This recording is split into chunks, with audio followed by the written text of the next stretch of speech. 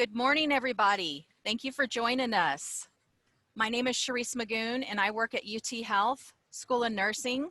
You are signed in to see Dr. Patricia Paluzzi presenting Taking Intimate Histories Without Shaming, Lessons Learned from Working with Pregnant Women Who Use Drugs. I just wanted you to know that we're happy to have you join us for the Texas NAS Awareness Month. These free CE presentations are sponsored by Texas Health and Human Services. Before we get started, I want to go over a few housekeeping items. Please mute your microphones and also make sure your video is turned off. We will take question and answer via the chat. I would like to introduce today Patricia Paluzzi, CNM, DrPH, Healthy Teen Network. Her first job as a brand new nurse was with the Indian Health Service in Winslow, Arizona. There she was struck with both the midwifery and the public health bugs. She eventually became a certified nurse midwife and obtained graduate degrees in public health.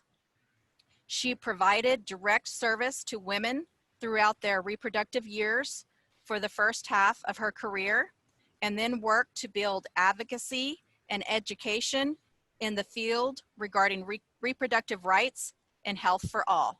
Without further ado, I hand it over to you, Pat. Thanks so much, Sharice. I guess it's morning, huh? Good morning, everyone. I'm calling from Baltimore. I assume you're all in Texas, and we're probably sharing the same steamy hot weather today. So today, as Sharice said, first of all, I just want to thank the University of Texas and Sharice and Cindy for their support in putting this together and for their willingness to move everything online when that sort of thing became more the option for continuing to share knowledge with others.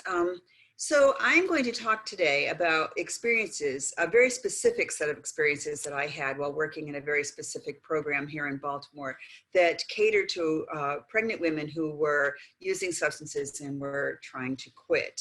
I'm going to talk a little bit about that program and then share with you some of the lessons that I learned, and then talk about some of those lessons in kind of more contemporary terms, the things that we've since learned about what we would have labeled what we were doing back then had we known those things. So our aim today for this session, I'm sorry if this is a little sketchy, but every time somebody enters the room, this little thing comes in front of my slide.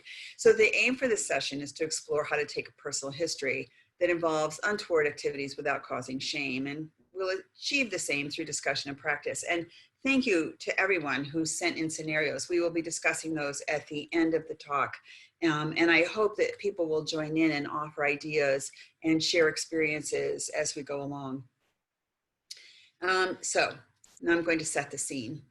I think it was about 1992, I joined a locum tenens group that was going to, of doctors and midwives, to work at a hospital in Prince George's County, Maryland, which is down near Washington, D.C. And it's a county that's demographically very mixed and has a very poor population as well as a very wealthy population. And it was a county that was hit particularly hard with the crack epidemic, which was really ravaging Baltimore at that time. And we were providing services through clinics, and particularly on labor and delivery, because the hospital had lost their residency. And so we were just delivering everyone who came in. So the situation was such that we didn't know the histories of a lot of women, that we just came in and sort of took care of them as best we could and then learned sort of as we were going along. But what we saw there were a lot of what I came to call crack-induced labors. And I called them that because we started to see this sort of repetitive thing of women delivering somewhere around 34 to 36 weeks, very precipitous, very rapid labors, very bloody kind of, I would call them very violent bursts in a way, because they were in fact induced by a heavy stimulant. And the doctors that I was working with at the time were telling me about a program that was going to be starting in Baltimore that they were putting together, that was called the Center for Addiction and Pregnancy. And that the physician who was leading it, who was the chair of the department at the hospital where it took place, liked midwives and wanted to have midwives deliver the full service. So I went and introduced myself and said, I want to be a part of this team. And in fact, I want to lead this team. And that sent me on like a great venture of working with these women for the next 5 years. And I say this, the two other midwives joined the team. None of the three of us had training in substance abuse of any kind, really. We were midwives, and we were going to go in there and take care of pregnant women. And we learned on the job. We took some courses. We were able eventually to prescribe, you know, methadone maintenance and do all kinds and treat withdrawal and do all kinds of things because of where we were and who we were working with. But we really came in there as novices. And so what we learned about working with this population, we learned from this population. And that's really sort of what I want to talk about today. So the Center for Addiction and Pregnancy still exists. It's slightly different in its model, but it's still an in and outpatient drug treatment program for pregnant women and their babies. They were really very full service. There was an inpatient unit where women would come and they could detox there, and they could stay for some period of time, depending on what was their set of circumstances and also any clinical needs or medical needs they might have. It had drug abuse treatment. They were in classes most of the day. They received psychiatric assessment and care as needed. Obviously, the obstetric assessment and care. There was pediatric care. There was on-site child care. Transportation was provided, and we provided family planning services after it was done. That was the day of Depo-Provera and Norplants, and we provided a lot of that. So very full service. Women came and stayed for a number of months if they hung in the program. And demographically, primarily the women were reflective of the city of Baltimore, which is a majority Black city. It was a majority Black population. As I recall, and this is my memory going back quite a ways now, I think most of them were having at least a second baby. I don't think many of them were pregnant for the first time. So they had other children. We had two very distinct sets of drug users, which I'll talk about in a little bit. So what we learned in listening to these women and listening to their histories is that abuse, both past and present, of all kinds, sexual, physical, emotional, is likely a part of almost every woman who abuses substances. And I know there are some who believe it is a part of every woman's history if she's an alcoholic or drug abuser. I can't say that. I don't know that for a fact, but I do know that it was highly prevalent in the histories of the women that we took care of. I also know that they will share these histories if they're asked about them and they don't feel judged in any way. And, you know, that's a lot of what we're going to focus on is like making sure that we don't ask things or respond physically or with our words in any way that leaves people feeling judged, which can be very, sort of very unintended and subliminal on our part, but, you know, folks are acutely aware of those things. That pregnancy is a time when the histories of abuse may surface. We do know that in pregnancy, like especially as you get closer to term, that histories of sexual abuse in particular will come up when they haven't come up before for women. So there is that possibility. And also getting clean is also a time when histories of abuse may surface because this may be the reason that they use, or part of the reason that they use is to try and not face those things. And so once they stop using, these things can come to the surface. So we had a group of women who, if they were able to sustain the program and get off drugs and stay clean and get further on in their pregnancy, were ripe for sort of realizing and recognizing abuse in their past or the significance of abuse in their past. I will say that was one of the really interesting things for us. There were a lot of, and I think that most of you, I'm guessing most of you are social workers and counselors, which there were a lot of those in this program, as you can imagine. It was multidisciplinary midwives, doctors, social workers, nurses, and childcare workers for the most part. We were at odds. The midwives were at odds with them about sort of talking about sexual histories. They had very definite feelings about talking about those things. And we felt like if they came up and they start talking about them, we needed to address them. But that's a conversation for another time. We also learned that, like all pregnant women, they cared about and were motivated to do right by their babies. This was a huge motivating factor for them, is that they were pregnant. And, they didn't want to use while they were pregnant. They didn't want to have a baby born with problems. They didn't want to be using when they were mothers. They don't want to lose their babies. I mean, all of those things. They care about their babies as much as everyone else does. They can, even through the fog of drug abuse, which can sometimes dampen our ability to see those things. one of the things we found is we would do biophysical profiles. And for those who don't know what that is, it's an assessment that you do in pregnancy that involves an ultrasound, and doing some looking around with the ultrasound and seeing like amniotic fluid and flexion and movement and some things in the baby. And when we started doing that, we had a machine on site. When women started seeing like their babies on sonogram, oh my goodness, what a difference it made for them. The pregnancy and the baby just got so real. And it really seemed to help them to connect in a way, and to sort of strengthen their resolve, as it were, in terms of staying drug-free. We also had an interesting experience with breastfeeding there. Okay, so we're midwives, and we thought, we should promote breastfeeding. And we struggled to get people to start breastfeeding. It wasn't, what they saw among their friends and what they wanted to do. And then we had one woman who came in. She was a nurse.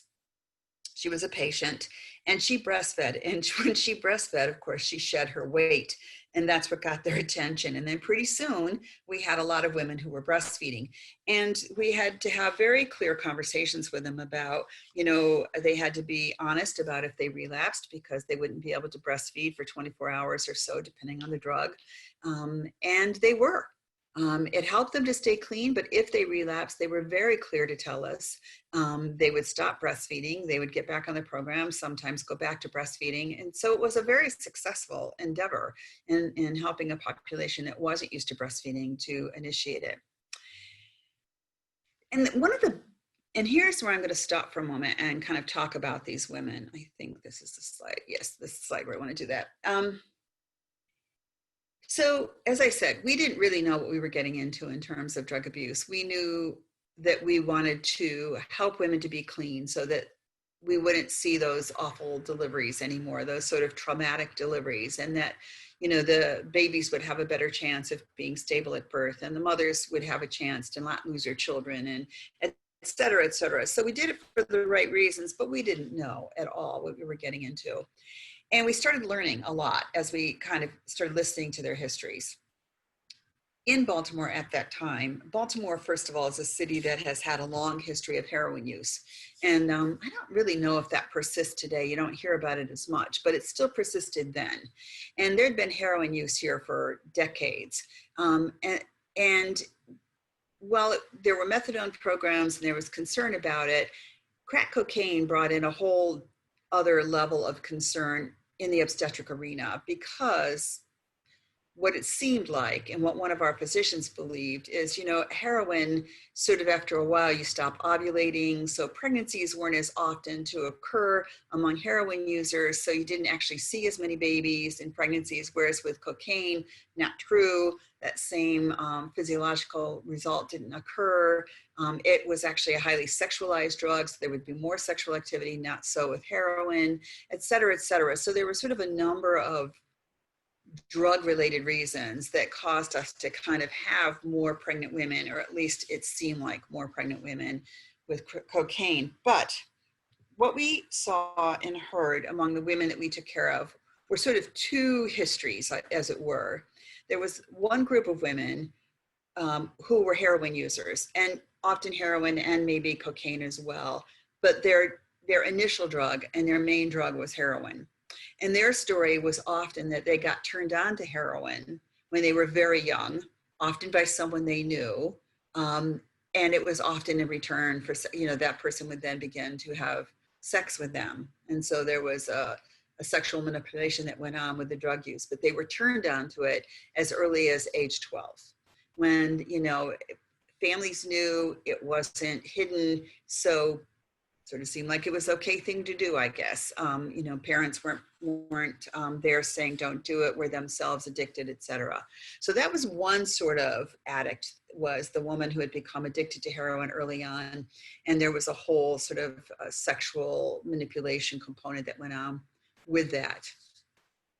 And their recovery and their stories were very different. And then there were the women for whom maybe they smoked pot in the past, but then they got addicted to crack cocaine. And that was usually later in their lives as adults. And the abuse or violence that came along with that is what you would see with crack cocaine use, which is just, there can be a lot of more aggressive behavior, and sexual assaults and abuse in that way. Different pathways to recovery, different issues to work through, abuse, of course, present for both. But very interesting to us, these two different stories. And I will say that it was harder for the methadone patients to stay clean, or the heroin patients to stay clean.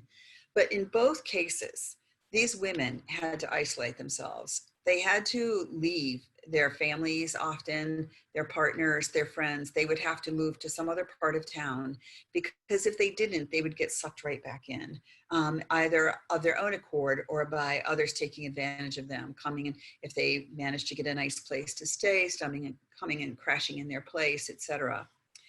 And after we were there for a while, I just remember saying to my fellow midwives how impressed I was with these women, and that I wasn't sure if I could do what they were doing, which basically these women were getting up very early in the morning, getting their other children on public transportation, dressed, cleaned, off to school, themselves dressed, cleaned, on a bus into that program by 8:30, 9 o'clock in the morning, and would be there all day, and then go get their kids and go to a place where they didn't have any support, because they had to leave their support community because it wasn't positive support, and then every day do it all over again. And I gained a tremendous amount of respect for these women and for what it took for them to get clean. And I think all of those things, I think somehow going in as a novice and not having any prejudged ideas that I was aware of, I'm sure I had some, was probably helpful for us to be good listeners and to just listen to histories, not anticipating, not knowing what we were going to hear, in a way that didn't feel judgmental. I think honestly we sort of lucked into it. And because midwives, our training and our approach is such that we support women in the choices that they make, and couples, and we tend to listen, and we trust that they know best about their bodies, et cetera, et cetera. So our sort of philosophical approach to care, as it were, probably supported us in that as well. So that's a little bit about who these women were, and what the program was about. And now we're going to transition a little bit, and we're going to talk a little bit about some of the lessons that we took away. Oh, actually, we're going to talk a little bit about, I'm so sorry, I'm trying to get rid of that header. What we would have called, had these terms been something that we knew in the 90s, in the early 90s, we would have been talking about these things in this way, using these terms. We were talking about these things. We just didn't know that such a thing as implicit bias was there as a term, implicit bias. We certainly understood that we had our preconceived notions to some extent, and that we came in with minimal expectations, again, because we didn't have the exposure. I think, again, it was our advantage, but certainly we had some. We'd been exposed, and we had our thoughts and feelings about sort of what these drugs were doing to these women and to the babies, et cetera. And implicit bias, as you all know, refers to the attitudes or stereotypes that affect our understanding, actions, and decisions in an unconscious manner. And I think that understanding what they are in this situation is probably the first step to being able to, in any situation, is the first step to being able to take a history of any sort, with any kind of background, whatever it may be, without reacting negatively or showing any kind of disapproval.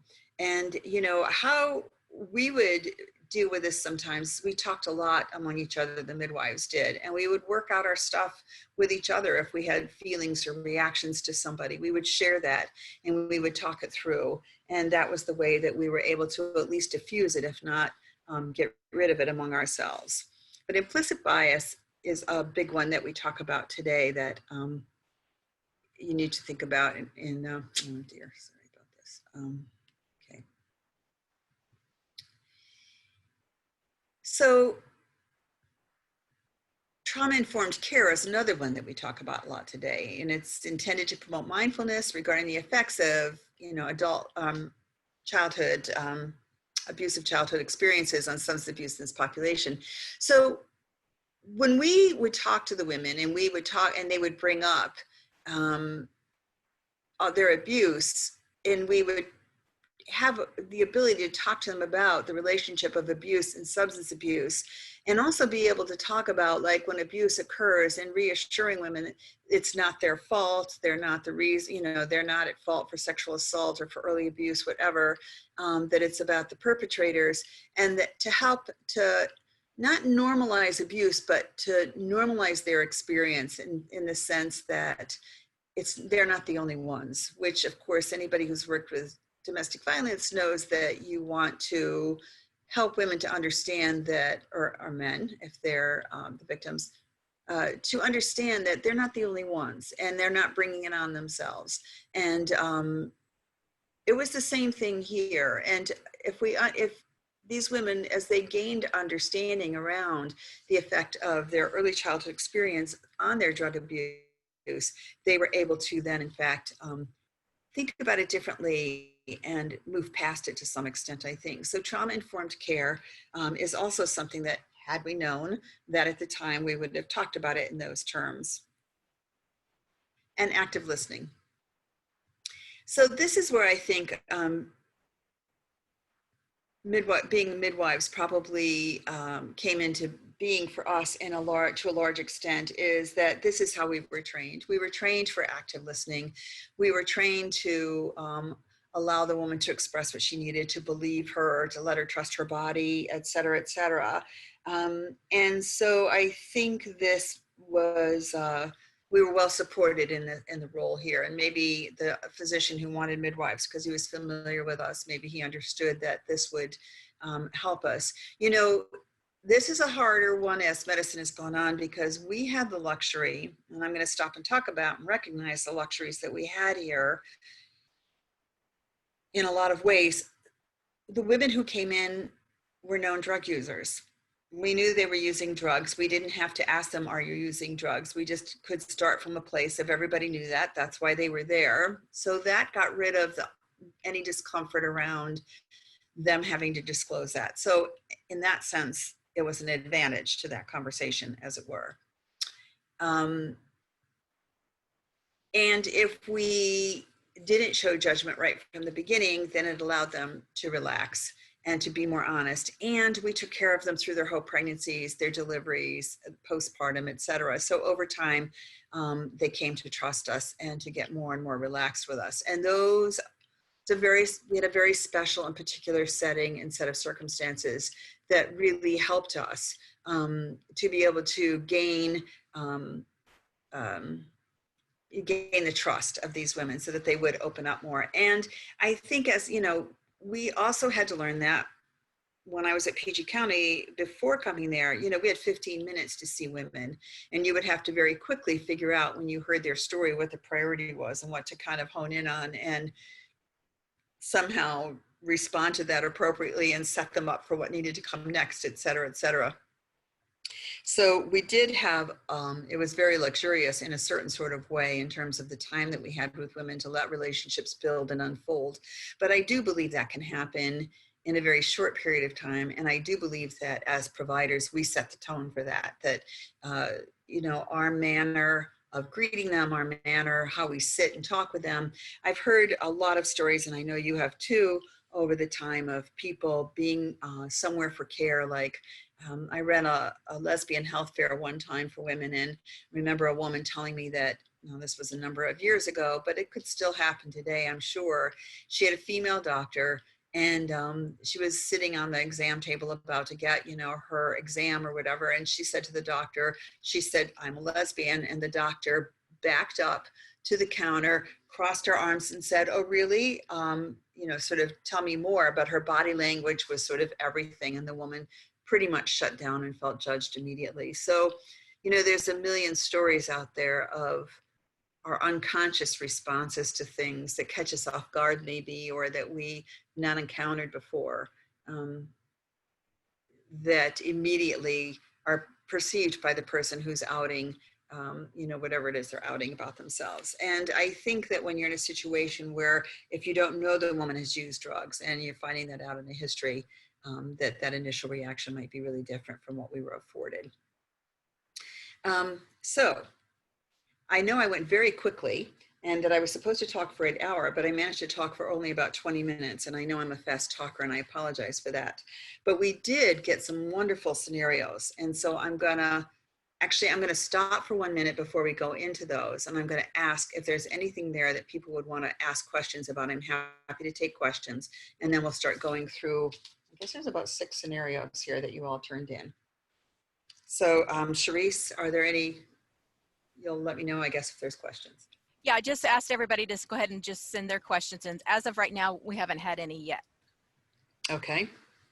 Well, we'll give a couple minutes. Okay. Okay, should we start with the first scenario? Yeah, let's do that. Okay. So the first scenario, someone wrote in, Bianca, if you're on the phone, you're certainly welcome to chime in here. And the gist of your comment, as I recall, is that the dilemma that providers can find themselves in because the services that they think a woman might need are not in sync with what's available in a state because of policies or whatever in a state. I know that that can be a problem. And again, I was really fortunate in that one particular program that we had that, Medicaid was accepted, all the care was taken care of there. But I've certainly faced that in other situations. And, the only thing I can say, I only have 2 things to say about that briefly. And I would certainly invite others who are in your state, assuming you're all in Texas, you're all providers in Texas, and that you're referring to the state of Texas, is that there are often, if you dig around, like other resources that can be available that are free of charge, if that's the issue, or that are maybe not as well known, and that kind of making sure that you know about all the community resources that might be available to someone who might not otherwise be able to access them is one thing. But the other is just advocacy. It's just, this is a role for us to be advocates to try and change the policies and such so that they aren't discriminatory against the population that we're caring for, anyone in that manner. And I don't know if any of you as Texans have other comments to say, because again, your state laws better than I do. We got 2 questions. I don't think they're about the scenario. Okay. But if you want to address those, the first one is from Jenny. She said, what questions would you ask yourself to see what implicit biases you might have for certain situations?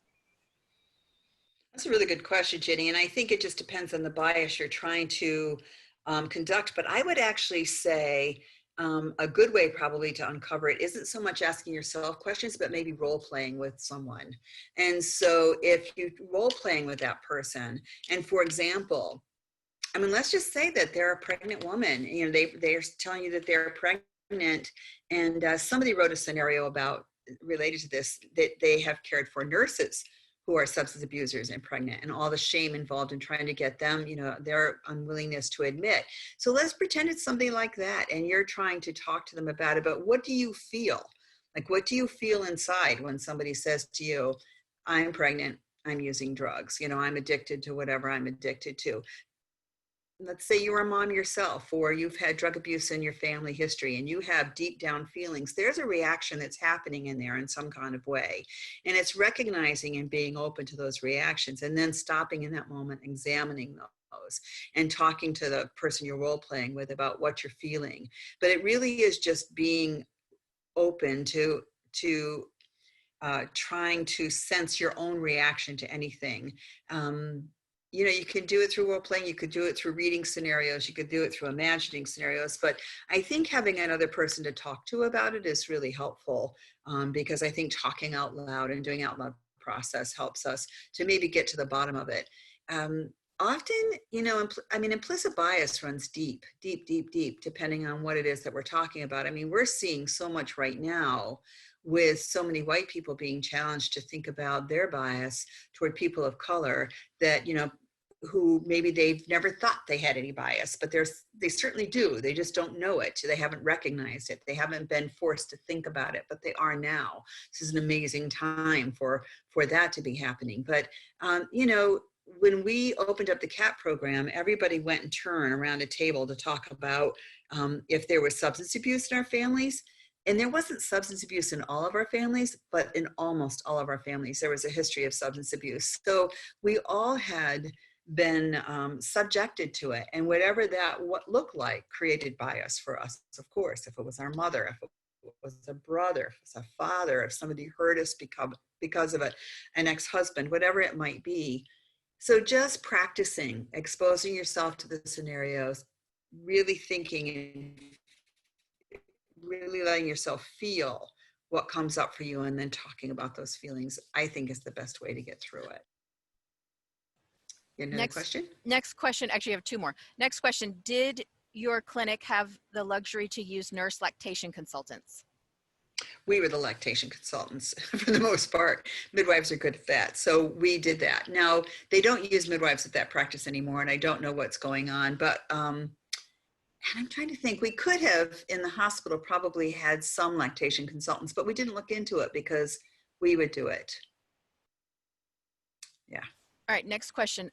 Could you share any experiences you have had with pregnant women who struggle with substance use as well as chronic mental illness? How, if at all, does your approach change?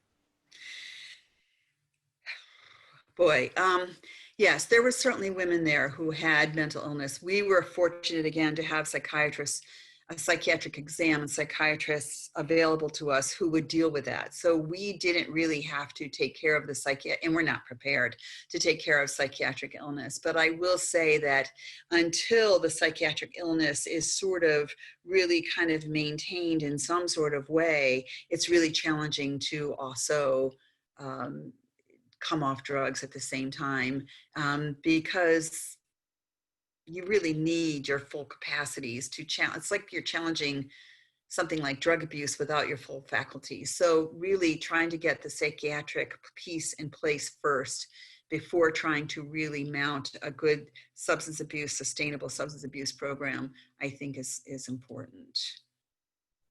I hope that answers it. There's one more question. Do you have thoughts on how information is gathered? For example, gathering substance use history in paperwork versus in conversation. And paperwork as in filling out forms? I'm going to assume that's what you mean. I would assume that. Yeah, I would assume that as well. So somebody else wrote a question about forms, a scenario about forms that we'll get to in a moment. So forms are an initial screening, period. That's all they're good for. So if you have substance abuse questions on a form, that's all fine and good. But then you do have to make sure that you follow up on those, whether it's a yes or a no. And I think that that's something that when we put questions on a form, sometimes we skip over them. Like we might ask for identity, but then not address it appropriately. Like if somebody writes down on a form, you know, as we got more hip to all that, are you gay, straight, you know, lesbian, bi, other, whatever. If they check something other than straight, then you have to make sure that you're offering care that's appropriate to their identity, right? So if they write no, I think it's still incumbent to ask the question. I see that you've said that you're not using any substances, just checking to make sure this is an accurate response or something along those lines, whatever is comfortable for you to say. If they say yes, then of course you have to delve deeper. You have to take a full history. What are you using? How often? And then as far as you want to go, when did you start? Do you have any desire to quit? That sort of stuff. But I think paper is just really an initial questionnaire, and then it really has to be filled out with conversation.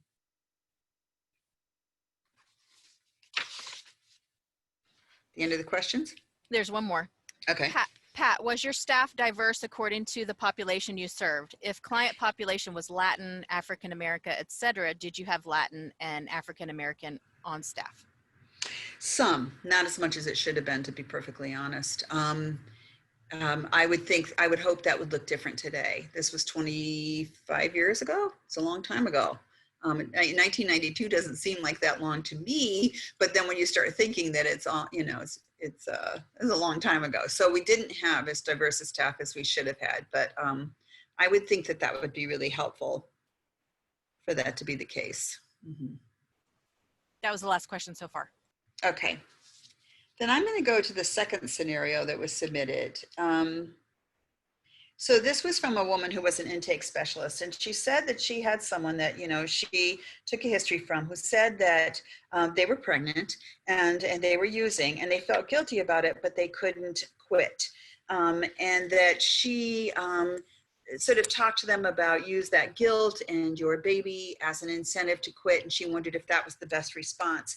And this made me think about the stages of change model and how it's used in substance abuse and in motivational interviewing. And if you're not aware, it's something that you should be aware of, because stages of change model, which I'm going to assume you all know what that is, but I read recently there's 6 stages, but basically it's a behavior change. It can be weight loss, quitting cigarettes, substance abuse, whatever it might be, but there's 5 stages: pre-contemplation, where you're not thinking that you have a problem. You're not thinking about it at all. Let's use cigarette smoking. You're just smoking cigarettes and not really thinking about it. Contemplation, you're starting to think about it, but you're not ready to take action. Like, you're realizing that smoking is kind of gross and nobody you know is smoking anymore. And, you probably should quit, but you're not doing anything to move toward quitting. The 3rd stage of preparation is you start to prepare. Maybe you get information, maybe you get patches, maybe you try and get a Chantix, I think, prescription. 4th is that you quit. And relapse is a part of quitting. And with most behavior changes, 5 to 7 relapses before you actually can quit. And then maintenance is, of course, staying cigarette free. This was designed for substance abuse treatment and is a very good way, when you're talking to anybody in any situation, is to listen to what stage they're in by what they tell you. So this woman who was feeling guilty but couldn't quit, she was in the contemplation phase. So she was thinking, like, I know this isn't a good thing and I shouldn't be doing it, but I haven't yet figured out how to stop, or I'm not quite there to stop. And what they say is the best thing to move forward is to just sort of acknowledge where they are, call it what it is, and then gently move them to the next phase. That's your goal for that particular intervention, is to move them to the next phase. So if somebody's in contemplation, you would give them resources, whether it's like, I know a clinic where you can go, here's a prescription for Chantix, here's information about the different ways that you can quit, whatever it might be, but you're giving them resources so that if they move into preparing, you're trying to move them to the preparing phase. You're giving them the information they need. So I think beyond just telling somebody to use the guilt, giving them resources that would support them would be a more thorough response. I don't think your response was a bad response, but I think a more thorough one would be to give them resources to help them move to the next phase. I'm going to stop for a moment and see if anybody has any questions about that. Stages of change, motivational interviewing process. Okay, I'm going to assume you all are familiar. If not, you'll make yourself familiar. The 3rd scenario that was submitted was about histrionic stories, and that from someone who has encountered patients, and this kind of goes back to an earlier question, where it was clear that this person, or it seemed clear this person also had some psychiatric issues, because the stories that were being told just didn't seem to hold up as reliable narratives. And what do you do in that situation? You don't want to call somebody out. You don't want to negate what they're saying, but it just doesn't seem plausible. And I've got sort of a couple responses to that. One response is, some people live some pretty crazy lives. And so what can sound like really outlandish experiences could in fact be true for some people. Like, there are some very desperate lives out there. So there is that. But I do think that as trained clinicians, we generally do know when something rings true and it doesn't.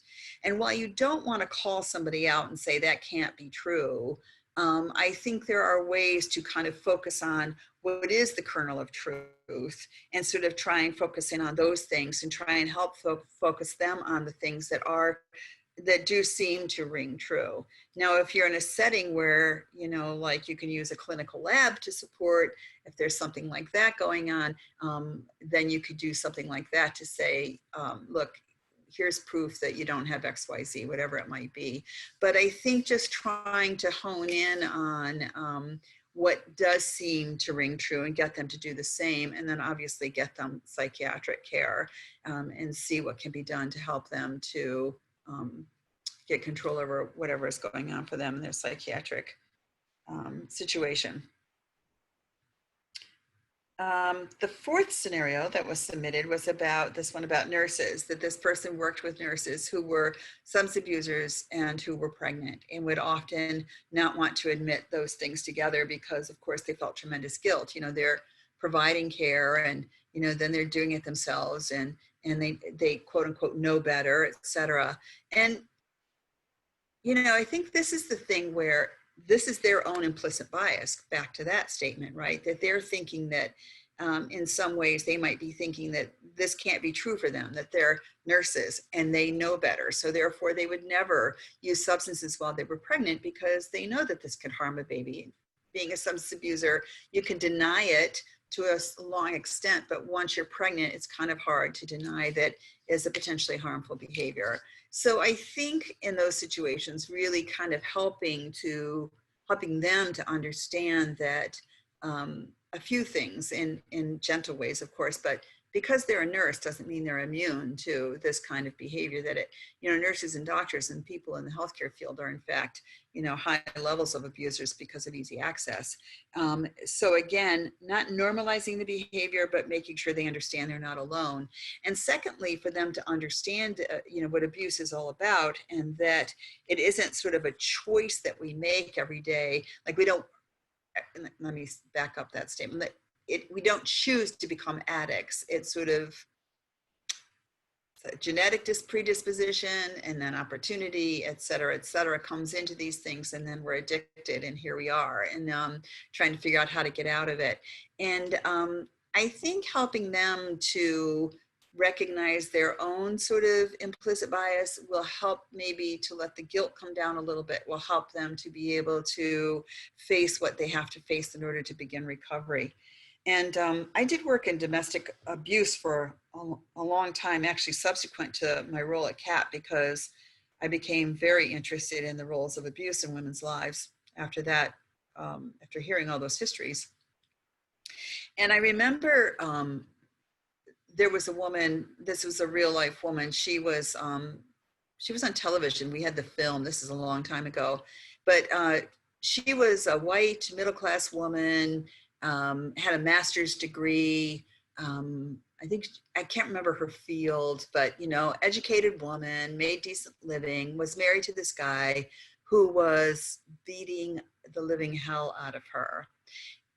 In the course of it, like, a neighbor sees him beating her in the parking lot, films it, doesn't intervene, films it. She ends up in the hospital numerous times, like really badly physically beaten up, and almost dies before she can finally get away from this guy. And when she's telling the story on TV about this, she said, even in the face of getting beat up, I could not admit to myself that I was a victim of domestic violence. I was not a welfare mom. I was educated. I had a master's degree. I was not the kind of woman who would end up in an abusive relationship. Her own implicit bias just disallowed her from recognizing her own situation, even in the face of getting beat up. And that struck me and has stayed with me, obviously, all these years. So breaking that down, helping women break that down so that they can start to see clearly what's going on for themselves and accept what's going on for themselves is probably the first step to being able to really recover for the long term. We have a question on that. Mm-hmm. It says, when you mentioned abuse coming to the surface close to term, there's several questions here. What does that look like? What do providers need to be aware of symptom-wise if this is the case? How would providers prevent further trauma in the process of L&D/postpartum? Mhm. That's a lot of questions in one, and I might not remember them all, so you might have to come back to you, Charisse. So where we would see it, honestly, time and again, is during the ultrasound. That those ultrasounds, like these biophysical profiles, so it was us doing the ultrasound in a quiet little room on the CAP unit. It wasn't, in this big setting of some sort. And women would see the baby and they would start to cry and they would start to tell us their story. And if it happened there, it was often that then it could be talked about in a way that it perhaps didn't impact as much on their labor and delivery experience. But I have I have not encountered myself, but I have read about women who were triggered during labor and delivery with things like putting their legs up in stirrups, being held down in some way, being on their backs and feeling disempowered by being on their backs. Just the kinds of things that their sexual assaulters in particular would do to them, and feeling out of control. Because for those of you who work in the labor and delivery arena or who have been around birth, you know that women in labor are so vulnerable. It's like there is no other more vulnerable animal other than an animal in labor. We are defenseless and we know it. And if you've had a baby and you can recall, like your senses are really heightened, your hearing, your touch, smell, everything. And that's all part of survival, right? Because everything is jacked way up because you're in this incredibly vulnerable position.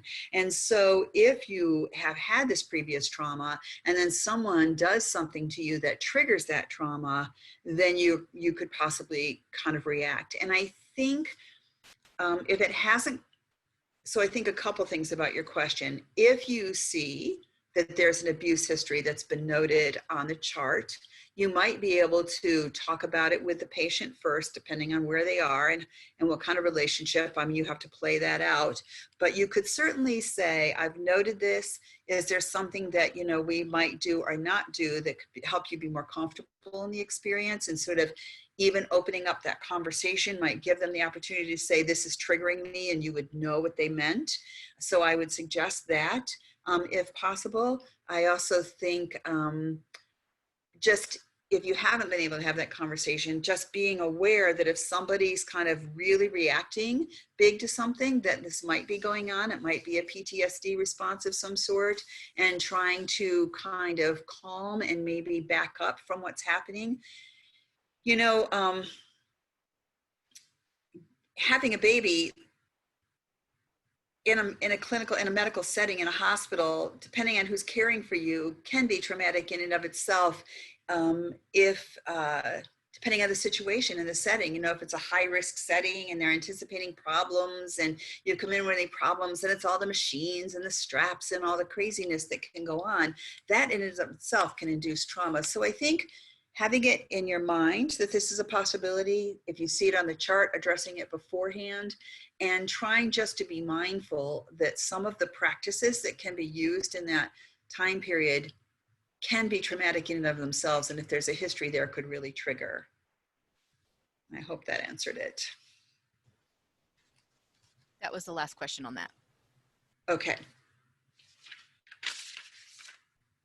Okay, so what were we up to? Scenario 5. Okay. So Ginny wrote this, and Ginny, if you're on the call, I need some clarification. This was about a woman who was a drug user, had previous children. I'm thinking she lost them to Child Protective Services. She doesn't want to lose this one. She has some concerns about it. And you wondered sort of how to talk to her about it, but I wasn't completely clear from your scenario. So if you're on the call, I would love to know sort of, did she lose her other children? Is that what she was worried about? What was the goal of the conversation you wanted to have with her? I'll give a minute for. She said, yes, she did. She's on chat right now. Okay, good. Yes, she did lose her other children to CPS? That's what she said. Okay. And what was the goal of the conversation that you wanted to have with her, Ginny? Sorry, is it okay if I unmute? Yes. Okay. Perfect. So So this was a woman who had several other children. She had a very long, drug and alcohol history. She had lots of trauma. She also probably had some developmental delays as well. Mm, And she kind of understood that, this had been a history where she had lost 4 of her other children. They were either in mm, CPS or they were in family members' care. And so she was pregnant. She was currently in sober living.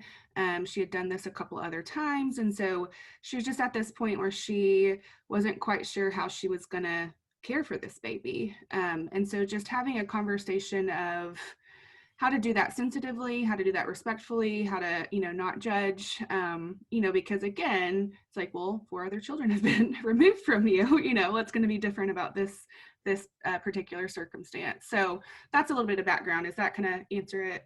that helps. Yeah, that helps. Okay. So again, one of the things that we found is just, I mean, I think this woman knows she lost 4 other children, so there's no secret there, right? So, starting with that, like, so what do you think you can do differently this time? Let's concentrate on what you might be able to do differently. What other supports might you be able to put in place? Like, what about your living situation, finances, whatever it might be. But I think just starting with that, yes, this has happened, but you want this to be different. So let's talk about how we can make this be different in very practical terms. And, any referrals that you can give her, any kind of information that you can give her, probably she's going to need a lot of support from a lot of places, I would imagine. But what's her living situation going to be like when she leaves sober living? Who is she going to live with, if anyone? And is there anybody that she can identify in her support circle that is sober and clean and gets it and would support her? And how might you be able to help her tap into any of those kinds of things? I think that's the best that you can do, is just acknowledge that she wants to do this differently and help her figure out in very practical terms what might be out there that could help her to achieve that goal. I hope that's not a disappointing response, but that's what there is, I think. Does that help, Jenny? She said, perfect, thank you. Okay, good. Scenario 6. Oh, goodness, I only wrote down 2 words. That's not helpful to me right now. Charisse, do you have the scenarios in front of you on the email by any chance? I can pull them up. Let me get them right now. Because I wrote, this is pretty straightforward. Were you doing urine tests? But I don't remember the scenario. So okay. I think. And you went in order by top to top. 1, 2. Yes, I did. I think this was about somebody. Okay, it's after Jenny. Okay, in response to your request, I have a scenario where it was difficult to trust the client to keep her unborn baby safe due to her past history of meth use. She has previous DFPS history with another child and that lives with their father. Although doing her outpatient rehab, it was difficult to trust client, especially when she was being evasive and randomly available for therapy sessions. And that came from Marlo. Okay, so Marlo, you're free to jump on and unmute if you want to talk about this. So it seemed to me that if she's coming to drug treatment program, I was making some assumptions here. If this is a person who's coming to some sort of drug treatment program, I'm assuming that you're doing urine tests, some tox screens. And if you're doing tox screens, then you use those to have the conversation and to confront her.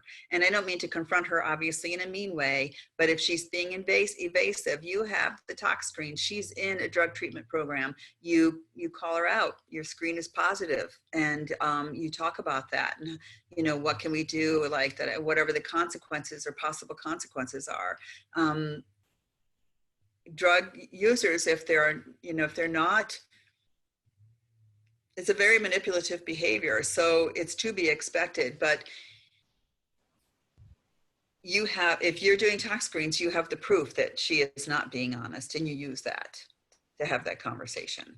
Marlo commented, the substance abuse treatment was outside of the MH treatment that I am doing with her. The mental health treatment. That's what that MH treatment means. I see.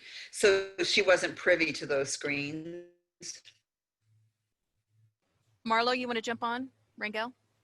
She couldn't get her hands on those results.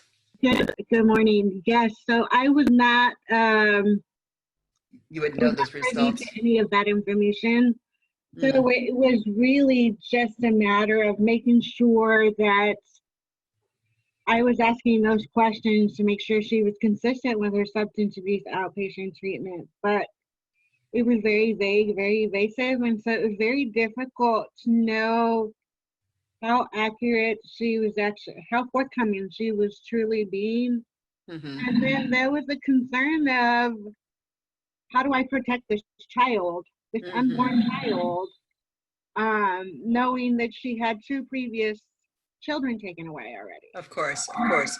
So I would ask, this seems like something that where you should be in communication with her substance abuse treatment. Would that have been, is that possible, given your systems, for you to talk to who's caring for her and find out if she's like being successful in her treatment? By that, I mean staying clean.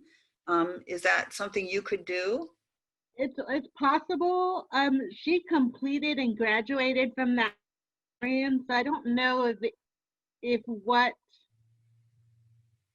I can get that record now.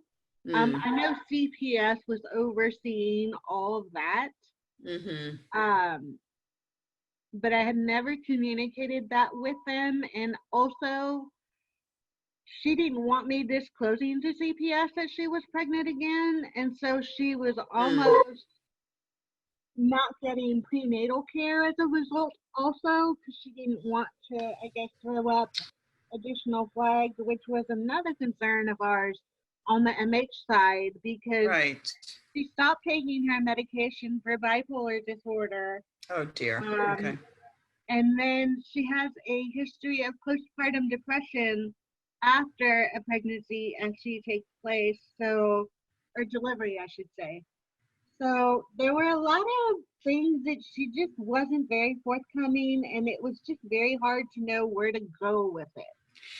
Honestly, I feel like you, as the mental health provider, she's pregnant, she stopped taking her meds, she has a history, she's not getting prenatal care, she has a history of substance abuse. You should not be dealing with her alone. It's too much, and it's too many pieces that you can't and shouldn't, you can't address all of that. She needs multiple people involved in her care. I mean, this is where a program like CAP would be perfect for someone like her, because everybody was in one place. But I don't know your referral sources, but it seems to me that you have to engage, you know, her at least in prenatal care, because they will do tox screens. So even if she, you don't have to go back to substance abuse, but they will do tox screens. They can monitor her psych drugs if she goes to, you know, a decent prenatal program. And so you at least have that physical aspect being cared for at the same time, because I think you're in a very impossible situation really to give her adequate care without these other pieces being tended to. And you can't just start doing tox screens, and you obviously can't give her prenatal care. So I think you really have to try and get her connected in some way. And I don't know if you can make that sort of part of her treatment plan or what your situation is, but I would certainly consider something like that. Okay, thank you. I appreciate your feedback. Of course, of course. All right, so the last scenario that we have, and I wrote down, this is a tough one. This is one about filling out forms and being asked the same questions over and over and over again. And and that they might be asked in slightly different ways, but the patient's getting sort of angry about having, like, you've already asked me that. And I don't really have an answer for that. If they have to fill out forms, they have to fill out forms. I have a couple thoughts, which is there any way that, like, they could be done at one time so that, you know, maybe they don't have to actually fill them out. They could be done with you. So if you're screening for something, but it's over different time periods, or maybe what you were saying is the different time periods they're being asked, like they have to fill them out at 1 month and 3 months later. I think that's probably what you're asking. I don't know the answer to this one. I think you just have to help them understand that there is going to be repetition, that there's nothing personal about it, that it's just a form of whatever it is that you're tracking that requires you to do that. Agree with them that there is a pain, that they are a pain. Maybe there's some sort of incentive you can offer for them to do it. I don't mean financial, but something, I don't know what that would be in your situation, but I don't really have a response. I don't know if anybody else has something better to offer about making filling out repetitive questionnaires, asking the same questions less painful, because I personally don't like to do that. So I'm not sure how you make that easier for anyone, but I'm certainly open to others offering suggestions. Katie's on. Katie, do you want to jump in? Mm-hmm. Hi, Katie. Katie, if you're speaking, I can't hear you. Be sure you unmute.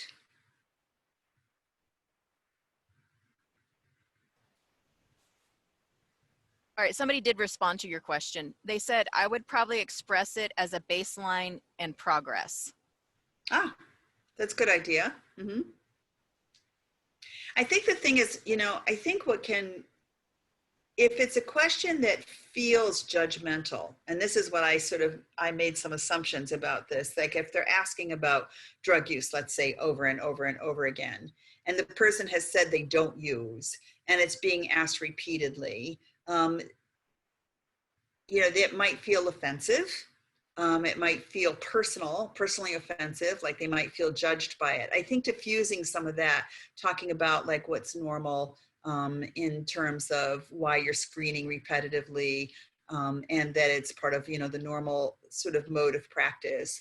Again, going back to domestic violence for a moment, one of the things that's talked about there is that if you suspect, not if you suspect, that you establish in your setting that you have alone time with every client so that he or she has the opportunity to disclose if they're in an abusive situation, because as you know, abusive partners often want to be there for every moment to control every conversation. And you just make that office policy so that it happens for everyone. Nobody gets called out, so that you can just say, this is our policy. Sorry, there are no, there's no exceptions to the rule. If you could do something along those lines, like this is what everybody has to do, there's nothing meant by it. It's, it is, yes, we're measuring baseline, we're measuring progress. We ask repeatedly because situations can change, not just about drug use, but about other, situations in your life. It's important for us to have current information, those sorts of things. Katie might not have a microphone. She did clarify via the chat. She said the questionnaires often take about an hour to an hour and a half for each one. Due to grants and federal reporting, our programs are required to do 2 to 3 different ones within the first 14 days following intake. Time frames are often 6 months prior to pregnancy versus 30 days prior to pregnancy. And then we had a couple of comments. Maybe ask, when was the last time they used, how much? Then another person says, I usually take time asking screening questions as a time to educate the person on services being provided. Somebody else said they provide snacks or other simple reward incentives to increase engagement. Mm-hmm. Yeah, I mean, an hour and a half worth of forms is painful for everybody. So I think whatever you can do to make it less painful. I mean, if it has to happen, it has to happen. And you just acknowledge that it's a pain and you do what you can to soften the blow, I guess. Yeah, Katie also said because of re-traumatization of the questions, women aren't returning for the second appointments. And the questions are around substance abuse, violence. What's the re-traumatization?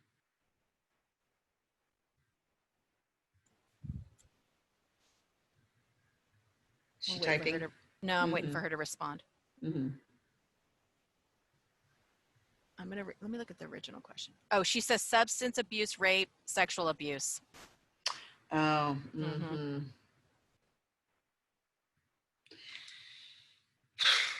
Boy.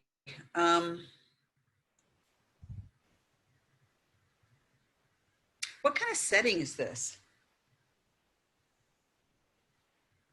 Is this a mental health intake, a clinical intake, OB-GYN? What kind of setting is this?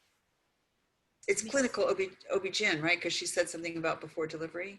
Let me see if she responds. I'm also going to look at the original question here. I don't think it was in there, but maybe I missed it. GPRA. What is GPRA? I don't know.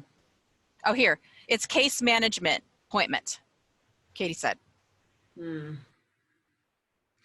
I think that if people are being triggered by these questions and are not coming back, that's a bigger conversation to have with the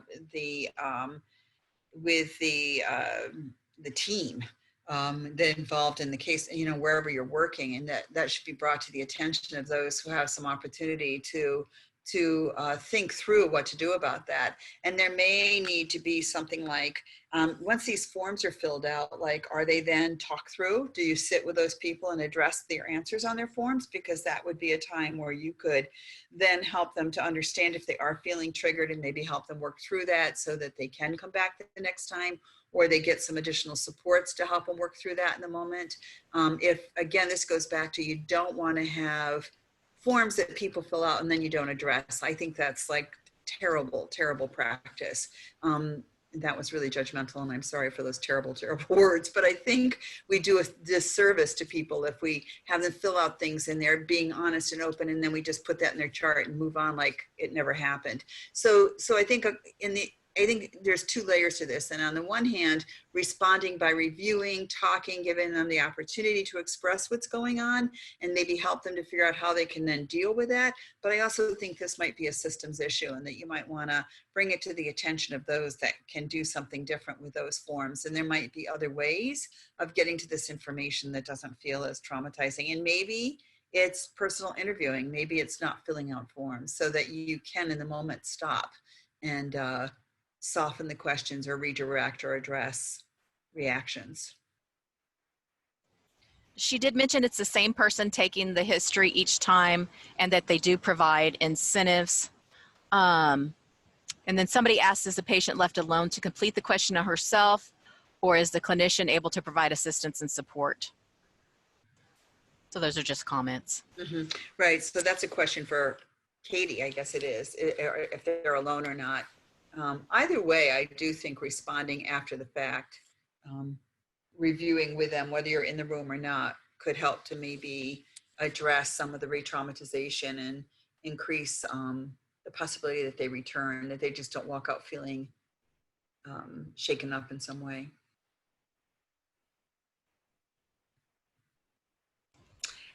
Those were the scenarios that were submitted, and I'm happy again to address any other questions that anyone has, but if there are no other questions, I have nothing more prepared to add. All right, we have one question coming in. Presently, to what extent do you think is trauma-informed care actually being practiced by healthcare providers and clinicians working with these women? Do you see a need for more education on this? I honestly couldn't say how much, but I would venture to say not much, just because I think trauma-informed care is something that is said a lot, but I'm not sure everyone understands it. And I do think that a lot more training and possibilities to really understand what trauma-informed care can look like is necessary. I feel like it could be one of those things that, if it's not done well, could actually potentially be harm. And I think, when I mentioned that we were at odds with social workers about this, when women would bring up this, we'd be doing the sonogram, and all of a sudden they'd remember that they were sexually abused, and we would go to we'd have interdisciplinary meetings, and we would bring this up, and the social workers were like, yeah, we're not going to open that can of worms because that's a whole thing and we're not prepared, and and we'd say, but if they bring it up, how can you not address it? So we had different views about that, but I understand what they're saying.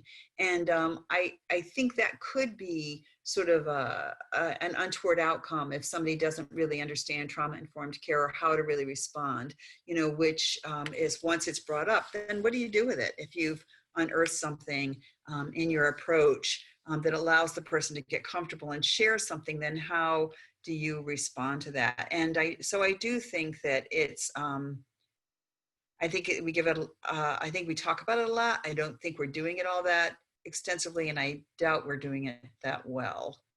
I think the same could be said about everything I've talked about. I mean, implicit bias, as I said earlier, this is a time when we're all being forced to dig deep into what we think in terms of our own potential racial biases. And how many people will say, oh, I have none, but that's not true. Everybody has some. So, it's a lifelong learning, those things. But so again, it's the idea of popular terms, but implementation, I think, is a longer road.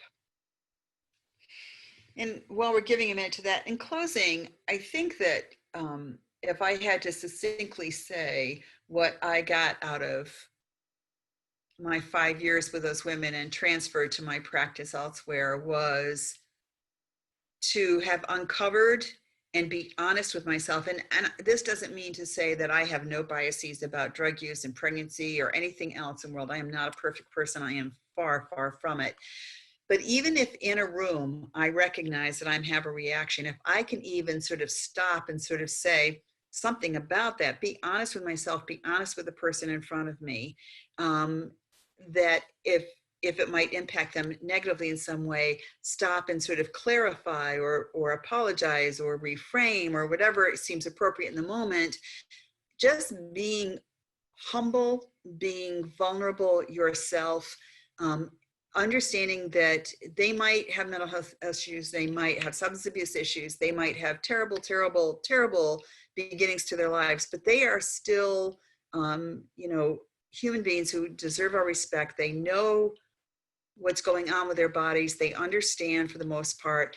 Believing in them, trusting them, and starting that as a base point is the best way with anybody that we care for to have a healthy relationship. It's knowing yourself, being comfortable with yourself. And like I say, even if you have to say, wow, that took me off guard, or that statement, I need a minute to think about that. Can we talk about that a minute? I mean, that kind of honesty, people will appreciate. We have one question from your first scenario. It said, thank you for your feedback on providing advocacy with regards to the first scenario. Developing a plan to learning how to advocate where, when, and what would be helpful. But for the therapist outside of the role of teaching, at what level can advocacy be provided? State, city, city council?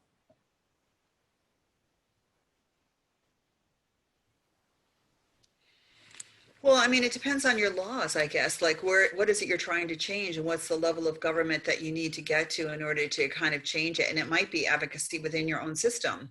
It might be with the last scenario we talked about, with the forms, or with having something, that's a system issue. Advocacy takes place on all kinds of levels. So understanding where the issues lie, like what resources aren't being provided and why, and then supporting candidates who support your views, testifying when there are bills,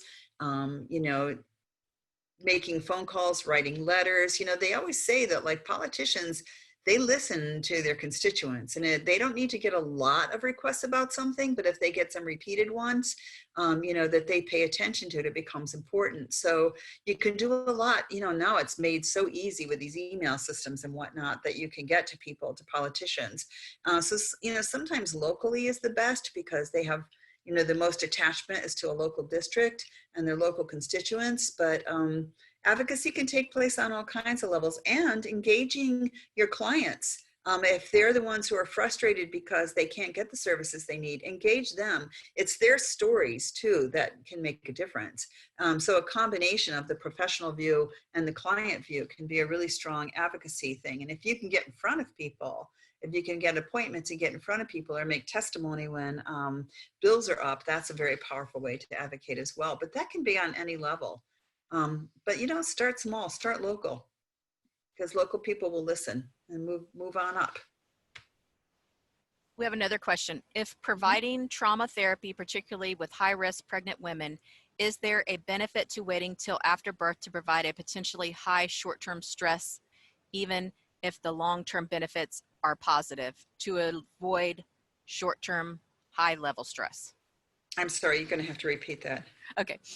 If providing trauma therapy, particularly with high-risk pregnant women, is there a benefit to waiting till after birth to provide a potentially high short-term stress, even if the long-term stress benefits are very positive? Hi, this is Emily. Can I, it came out kind of funny when I wrote it. Of course. I apologize. I provide trauma therapy for clients. Okay. And sometimes while the long-term risks are very positive, if they go through with it, the short-term risks can involve a lot more heightened risk at times. Gotcha. And I'm just wondering, is there benefits, and I'm assuming it would be a case-by-case thing, to waiting until after the pregnancy, because it's kind of a either or. The trauma could be causing such high risk. It couldn't, it's kind of one of those 50. I'm just wondering, hearing you talk about the social workers, I guess I'm wondering what some of their reasoning was. I mean, I think that was the reasoning, is that you open up this can of worms, and if you're not prepared to adequately address it, then you've kind of left this woman with these thoughts and feelings that she doesn't know what to do with. And I guess they felt like that it was, I never really understood, honestly, why they thought they couldn't deal with it, because I'm not trained in that way, and it just didn't make sense to me, like why it couldn't be incorporated into their treatment plan, or whatever, that this was a part of their history and what was probably promoting a lot of their use. Why wouldn't you? So I never understood that, and I can't really respond appropriately because of that. I think that if I understand your question correctly, I think that might be something that you could figure out with the client, because if in fact what you're going to do is going to help them to finish a pregnancy, get through labor and delivery, maybe postpartum period more effectively, then you probably want to do the treatment beforehand. But if it's not, if it's going to, they're going to be in the middle of it when they go in labor, and you don't know what's going to happen, then maybe you wait. But I think it is a decision without really understanding your work, but is it a decision you could make with the client, would be a question.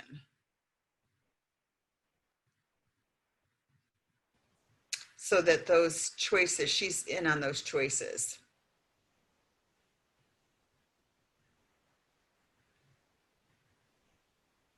Somebody else commented on that.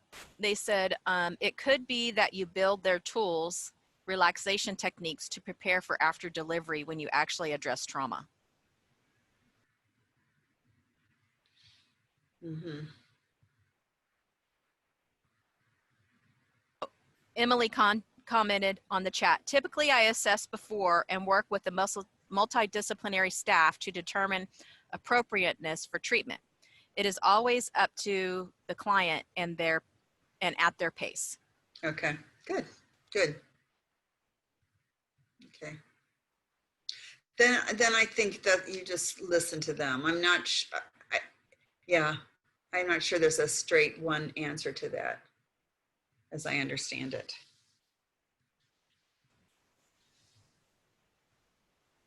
She said, thank you. Oh, you're welcome, of course. One final call for questions from the audience, please. Nope, everybody's saying thank you. Great presentation. Thank you. This was very helpful. So I think we're wrapping up. Oh, well, good. I'm glad. I hope in fact it is helpful. And again, I appreciate your time, and good luck in your work. We thank you so much for taking your time to present for us today. And if you would think about possibly sharing your PowerPoint with us, we can post that online. Oh, absolutely. How do you want me to do that? You can just email it to me. Yeah. And I'll put it up for everybody to see. So that way they have that. And then obviously we're also recording. Okay. Wonderful. Right. Thanks, you Sharice. So much. Have a great day. Stay safe. All right. You too. Take care, everyone. Bye-bye.